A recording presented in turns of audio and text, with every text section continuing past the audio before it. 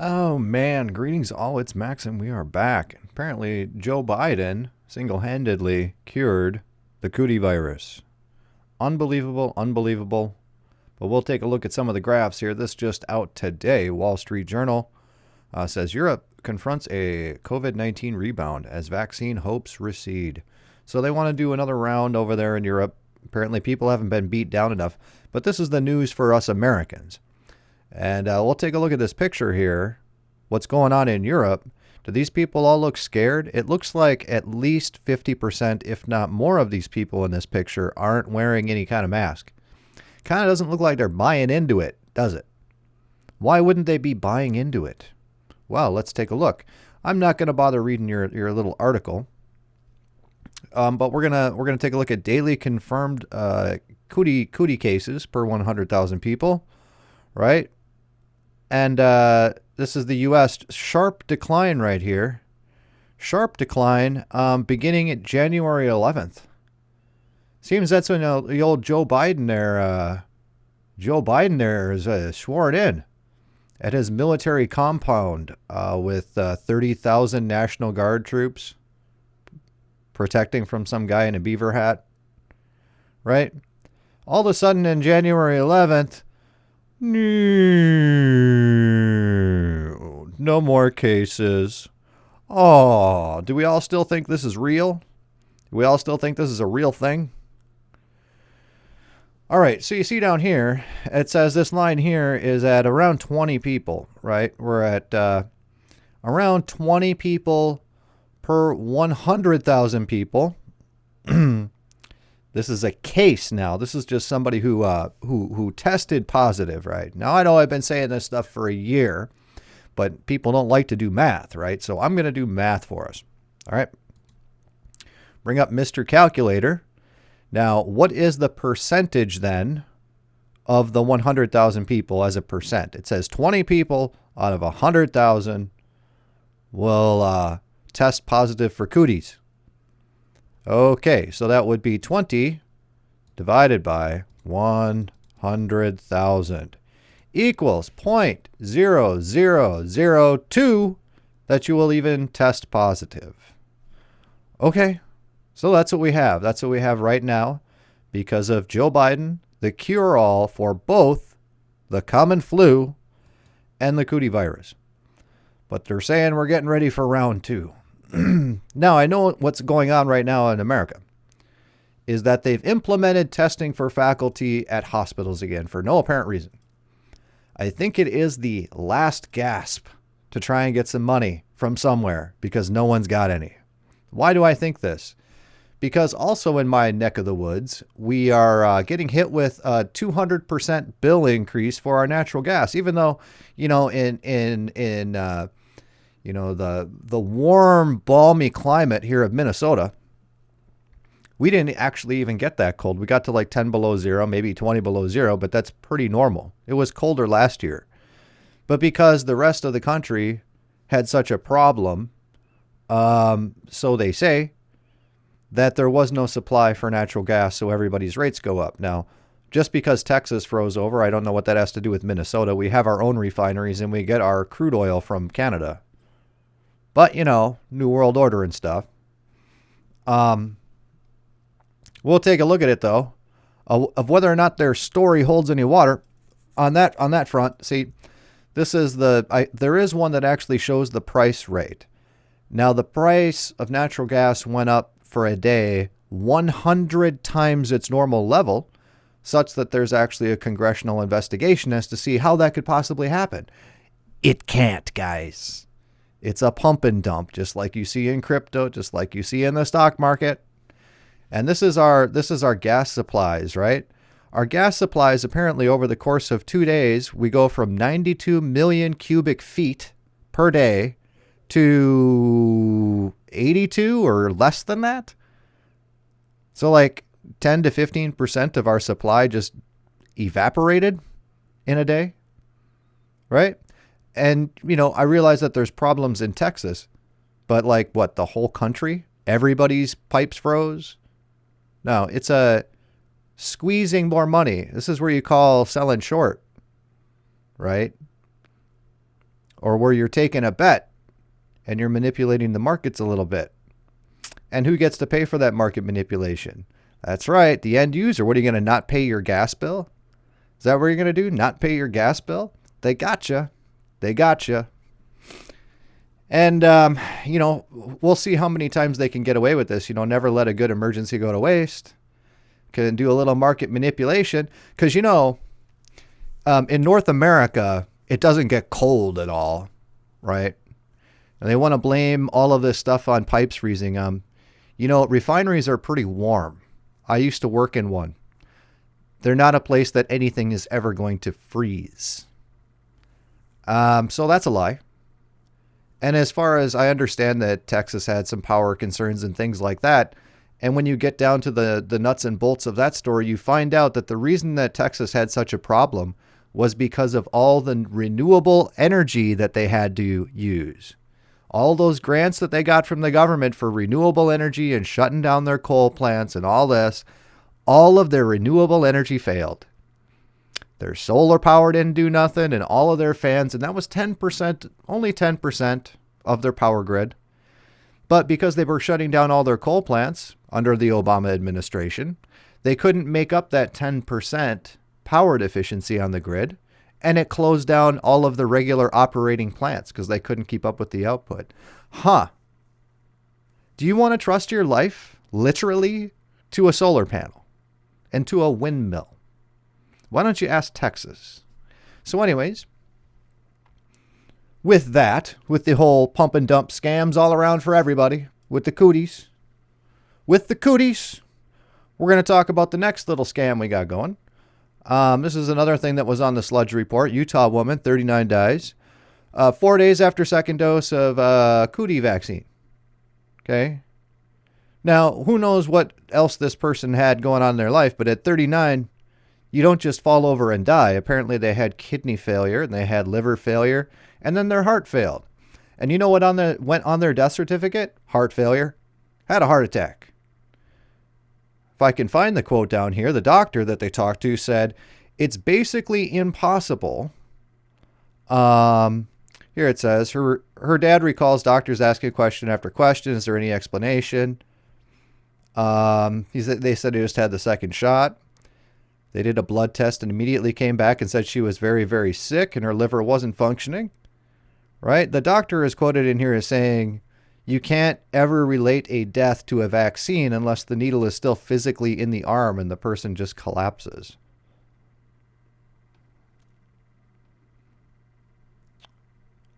The state medical examiner's office cannot comment on the case because of privacy laws, but spoke to 2 News about when the autopsy would provide answers to family reporting a death post-vaccine.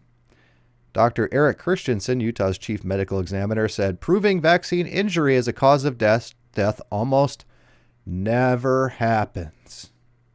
Sort of like, proving autism. Almost, it never happens. We'll just say it never happens. Why? Because he'll lose his license. Did the vaccine cause this? ? I think that they would be very hard to demonstrate in an autopsy. Right. Christensen can think of only one instance where you could see a vaccine as the cause of death on an official autopsy report, and that would be an immediate case of anaphylaxis, one where a person received the vaccine and died almost instantaneously, he said. Short of that, it would be difficult for us to definitively say if it is the vaccine. So in other words, you can't put it on the death certificate. You know what the reason why heart disease or heart attack is the leading cause of death, which it isn't, by the way, abortion is, but the leading cause of death is heart attack for everybody. Because if they don't know what killed you, or if it was old age, it's heart attack. No one dies of old age. They die of heart attack. The medical scam, the whole industry. Unless you're showing up with a broken arm or you need to get stitched up. These guys are quacks. They ain't working for you. They don't take that Hippocratic oath no more. I know that. Let's see. There's one more thing I wanted to cover in this article here. According to her family, she had no known medical conditions. Her past medical records will likely be used in her death investigation, blah, blah, blah. Yeah, they're not going to be any investigation. I'm really actually surprised they even covered this. Almost like this is to be used as fuel for the side of the anti-vaxxers. Like they want to have the vaxxers fighting the anti-vaxxers, right? So who knows? Maybe this person never existed. I don't know. I care more about the statistics that they have at the end here. We want to talk about Joe Biden curing everything.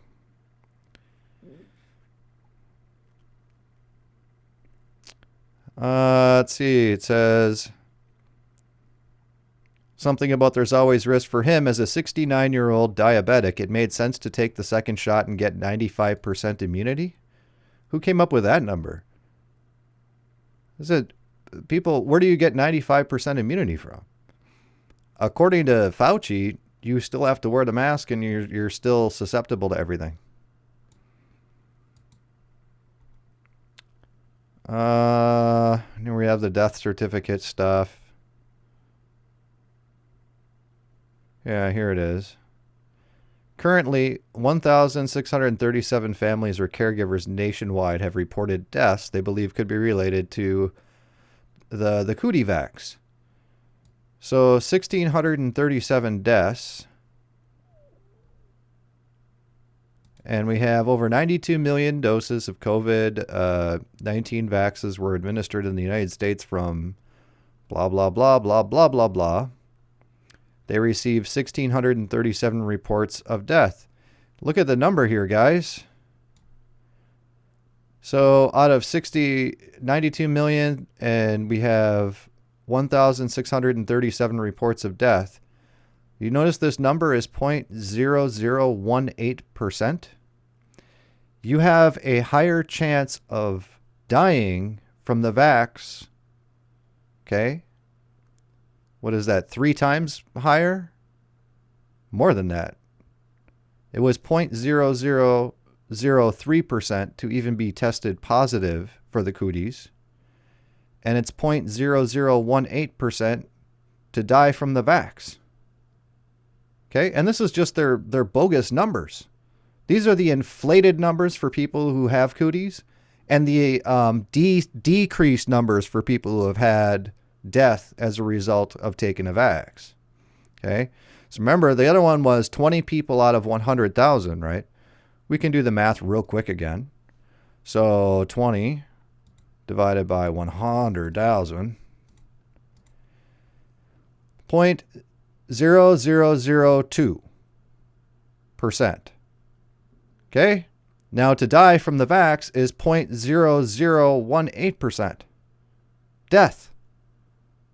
Not false positive, not truly positive, not whatever positive. It's death. Death. So you have an option of being sick for a day or two, or death.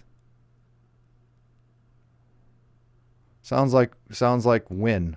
Sounds like a win. So we've got that in the news. And we've also got this, which gives me hope. You know, I've been saying this for a month or two now. Americans have started leaving home even more than before the pandemic. Cell phone data shows. Okay? For all these people out there that say, oh, it's a conspiracy that they're spying on us. Why do you think they want you all to have tracker phones? Why do you think when you go to replace a cell phone, you get like $700 off the purchase price? You sign up for a new contract. You get a 2-year contract. You can get the phone for free, right? Why do you think they give you that phone free? Americans have started leaving home more than before the pandemic. So this time of the year, keep in mind, for a lot of places in America, this is the coldest, shutting down the entire country, cold weather, stops everything. You can't get natural gas, all this stuff. Texas is closed. People are going out and about more now, amidst all of that, than they were before the Cooties even came around. Okay?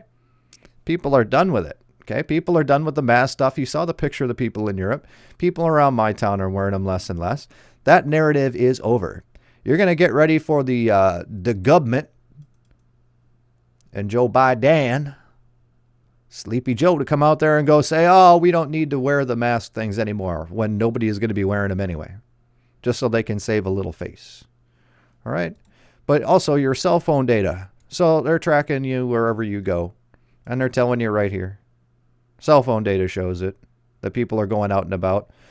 Cell phone data shows that, meaning that they're tracking every single place that you go. So-and-so left the house. Add him to the chart. Add him to the chart. He didn't go anywhere last year. He's going someplace this year. He ain't afraid of the cooties no more. Pretty soon they're going to figure out the economy's all messed up and their dollar's not worth anything. Speaking of that, remember 2 weeks ago I told you guys that the market was down right now and I was kind of getting crushed a little bit with the fluctuation, and the market was restructuring and it dropped like 30%, something like that. And I said in the next week, maybe 2 weeks, you're going to get into that crypto and maybe put the money into some Bitcoin a little bit. The price is going to be low. And I think it was around 43,000 at that point, as everything was kind of consolidating. And the altcoin market, don't even worry about it, just Bitcoin, was about 43,000, down from a high of around 60,000. Well, right now it's back up to 58,000. All right, guys? So if you would have put in at that point, you would have made like 20% on your investment. Right? I'm always going to keep bringing it up because I'm trying to look out and help people here. I wouldn't bring it up if I didn't think it was a good idea, because everybody knows where this fiat money is going.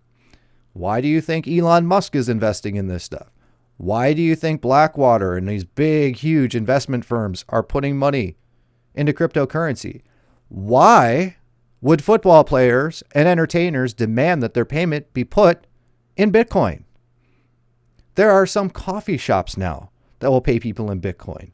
All over the place, people will want a percentage of their money put in Bitcoin. Why is that? Is that because the economy is doing good and everybody loves the dollar? Everybody loves the dollar. Now, I am only talking about Bitcoin. Don't even entertain the idea of these altcoin stuff, okay? Especially if you don't know anything about crypto, don't even consider any other coin, at least not for right now. So anyways, guys, that's what I got. Again, as the European statistics prove, on January 11th, all of our cases started dropping to basically nothing. So Joe Biden cures cooties. And with that, we're going to be out of here.